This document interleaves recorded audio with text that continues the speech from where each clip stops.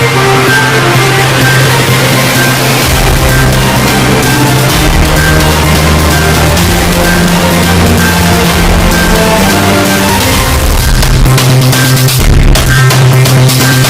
मी Deepti Gharde. Mission Maharashtra news मध्ये आपले स्वागत आहे.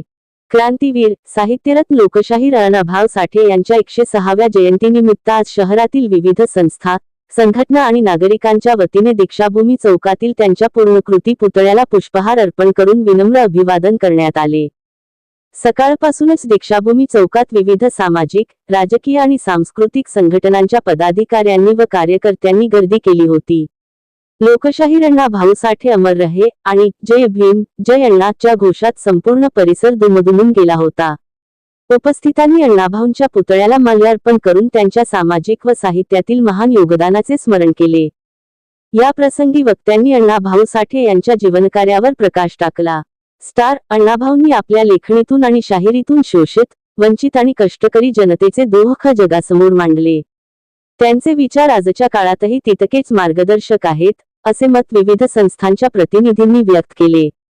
कार्यक्रम यशस्वी करण्यासाठी विविध संघटनांच्या कार्यकर्त्यांनी मोलाचे सहकार्य केले.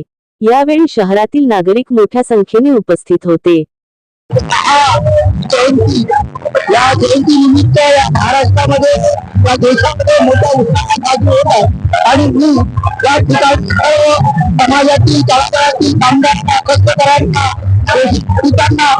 अण्णाभाऊ साठेंच्या जयंतीनिमित्त मी त्यांना शुभेच्छा देते. अण्णाभाऊ यांनी कादंबऱ्या लिहिल्या, मानव मुक्तीच्या लढ्यासाठी अण्णाभाऊ दिला, मानव मुक्तीच्या लढ्यासाठी अण्णाभाऊ लिहिलेल्या कादंबऱ्या आहे. अण्णाभाऊ दीड दिवस आळे जाणारा माणूस हा जगातील असा साहित्यिक होते. अण्णाभाऊ साठे हा साहित्य रचना होतो, हा फार मोठी हा जगाकडे सांगितलं. दीड दिवस जाणारा माणूस साहित्य रचना होतो. त्याच्या साहित्यात एवढं मोठं क्रांतिकारिक आहे, क्रांती आणि विचार साहित्यिक आहे. या क्रांतिकारी साहित्याची या साहित्यिकांनी त्याच्या साहित्य असं आहे, त्याची लक्षण अशी आहे साहित्याची की गौताला जी ताकद होती त्याच्या क्रांतिकारी अण्णाभाऊ साठे सांगते. अण्णाभाऊ साठेंचे जे नायक आहे, नायिक आहे ते विद्रोही आहे.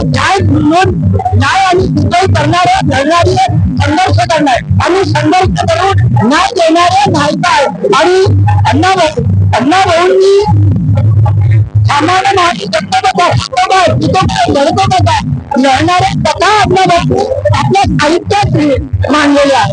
अण्णाभाऊ खटकेली, दबलेली, पिटलेली, चालवंतांनी अनेक असे दबलेली माणसं अण्णाभाऊंनी आपलं साहित्य मांडले.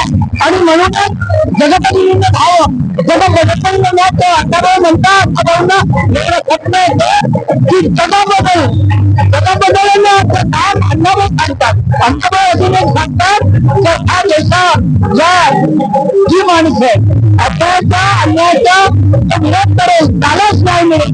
आणि म्हणून अण्णाभाऊ या देशातील अण्णाभाऊ रशियासारख्या आचार्य विचारलं गेलं तर पतंजलीचा कार्यक्रमात की अण्णाभाऊ साठेंची कोणत्या साहित्यावर तुलना करायची, त्या अण्णाभाऊ साठेंच्या आचार्याचं म्हणतात की अण्णाभाऊ साठे या भारत देशामध्ये एकमेव साहित्यिक आहेत. या जगातील मॅगझी गोरखी सोबतच अण्णाभाऊ साठेंची तुलना होऊ शकते. एवढं मोठं साहित्य अण्णाभाऊंनी शाळेत जाणलं आणि म्हणून रशियामध्ये रशियातील लोकांनी अण्णाभाऊची दखल घेतली आणि दखल घेतल्यामुळे अण्णाभाऊ साठेंचा पुतळा या रशिया आणि मॉस्कोमध्ये पॅरिसमध्ये बसवण्यात आला. अण्णाभाऊ साठे आजही त्या मराठी साहित्यिकाने अण्णाभाऊ साठेंच्या इतक्या मराठी साहित्याने दखल घेतली नाही, इतक्या दलित साहित्याने दखल घेतली नाही.